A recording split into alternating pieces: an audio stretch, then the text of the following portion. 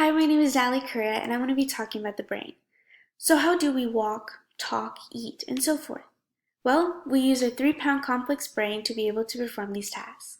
In order to do that, we use the cerebral cortex, which allows our senses. These senses include hearing, smelling, tasting, touching, and seeing. In order to use our senses and use our cortex, we must use our neurons. And these neurons are found all over our brain. And they're so important because they help transport and receive messages between other neurons.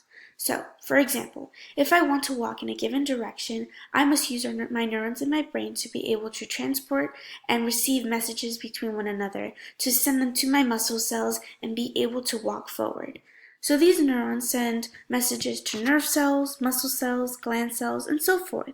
So they're extremely important to be able to react between objects or other people who are talking to us to perceive whatever message or feeling of sense of pain. So the neurons is composed of an axon. There are several parts. One part is the axon. The axon sends messages to cells through electrical impulses. So in order for one neuron to communicate with one another, they use an axon, and this axon is almost like a branch. Being able to spread out and never stops until it reaches a terminal. So, in order to provide a faster electrical impulse, the axon is covered in a coating called myelin. This myelin helps transport these impulses faster. The second part is dendrils. Dendrils receive messages, and the cell body is also in the neurons. It is composed of mitochondria, a membrane, a ribosomes, rough ER, Golgi apparatus, smooth ER, and glia. So the mitochondria is important because it helps with digestion. Whenever there is food that the neurons receive, it helps break down these compositions and gives us energy to perform these tasks so that the neurons can transmit and receive messages between one another. So the membrane is also very important as it is a protective outer cover. This protective outer cover helps to prevent other unwanted substances to come inside and helps to protect the components inside of the neuron to stay safe and secure. So the ribosomes are found in the outer surface of the rough ER.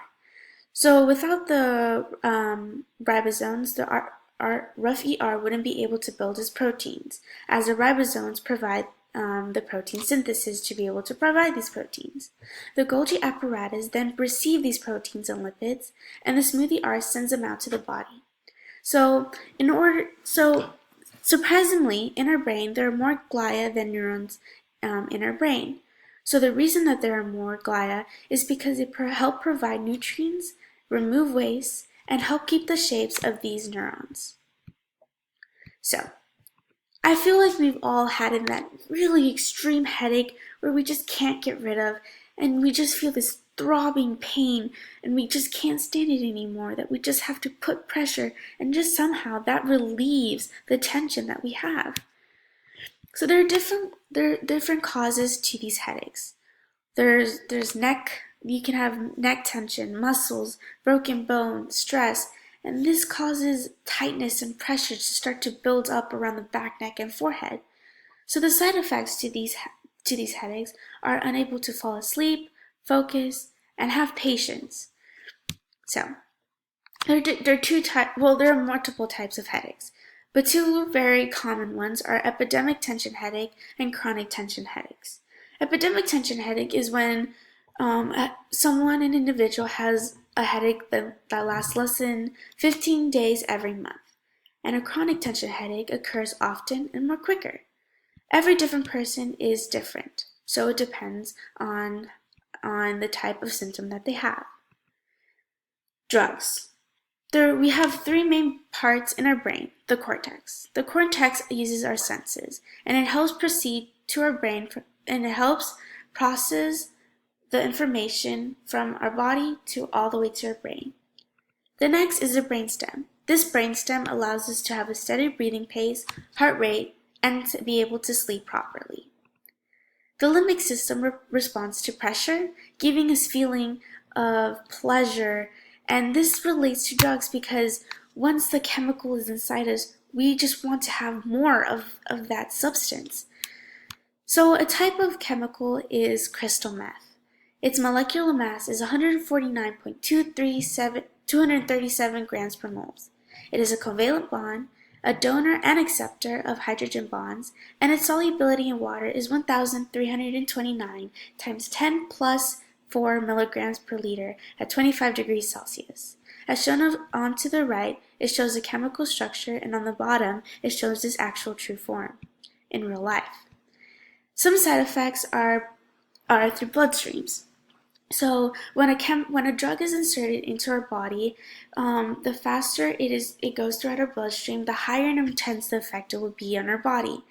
But the slower that the process goes to get all the way and process through our body, it will have less of an effect. There's also a support system. For example, when we have food in our stomach, it acts as a support system because the alcohol doesn't process through the rest of our body as easily with a full stomach. Drugs can be taken through an injection or orally, and they can both pass easily through the brain. The brain also has a blood-brain barrier. This helps to prevent unwanted substances. Neurotransmitters are affected differently depending on the neurotransmitter. So dopamine controls movement, pleasure, and energy. Drugs such as cocaine, heroin, and marijuana have systems that prevent these movements to have pleasure and give us energy. That's why sometimes we feel drowsy or unable to focus or see or walk straightly. So drugs. Another example of drugs are cocaine, heroin, marijuana, as shown through these examples. These all drugs can affect us differently. Thank you very much.